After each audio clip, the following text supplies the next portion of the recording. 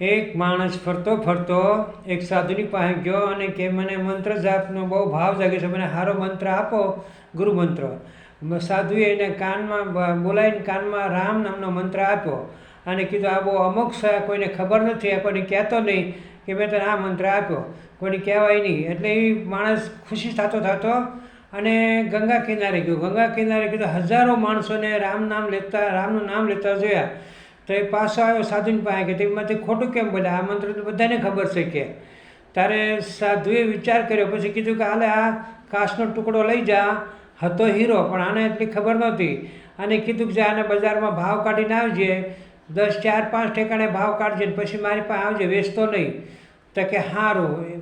પહેલો જ ગયો શાકભાજીવાળો બટાટા વેચતો ત્યાં કે આનો શું મળશે કે. તો કે આનો 1 કિલો બટાટા આવશે. ત્યાંથી બીજી દુકાને ગયો તો એને કીધું ભાઈ 100 રૂપિયા આવશે. ત્યાંથી એક ઝવેરીની પાસે ગયો તો એને કીધું ભાઈ આના 200-300 રૂપિયા આવશે. હીરો એનો એ જ છે ટુકડો, પણ ભાવ વધતો જાય છે. ત્યાંથી એક મોટા શેઠની પાસે ગયો તો કે આના 1000 રૂપિયા આવશે. પછી આને વિચાર કર્યો કે હર ઠેકાણે ભાવ વધતો જાય છે. પછી એને આખા ગામમાં બધાથી મોટી ઝવેરીની દુકાન હતી હોનાની, ના ગયો, ત્યાં દેખાડ્યો, એને હીરો જોયો અને વિચારમાં પડી ગયો કે ભાઈ આ તો બહુ કિંમતી ચીજ છે, મારો આખું ગામ વેચાઈ જાય ને તો આની કિંમત હું ન દઈ શકું. એટલે હીરો લઈને પાસ આવ્યો કે હવે ક્યાંય નહીં જાઉં. પછી સાધુને કીધું કે મારા સવાલનો જવાબ આપ્યો નહીં તેમી. તો કે તારો સવાલનો જવાબ તને મળી ગયો, આ હીરો એનો એ છે, હર ઠેકાણે ભાવ હોય, છેલ્લે ઠેકાણે ગયો એને પારખ્યો, એને તને એમ કીધું કે આખા ગામ વેચાઈ જાય તો આનો કિંમત મારી પાસે નથી, આટલો પૈસો આનો આવે.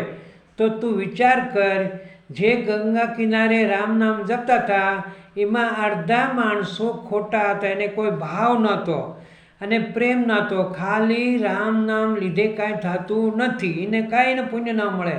પણ જે હાસો માણસ, જેમ હાસો હીરોને પારખવાળો હોય એમ હાસો માણસ રામ નામ લેતો હોય એને ભગવાન મળે ને ભગવાનના દર્શન જાય.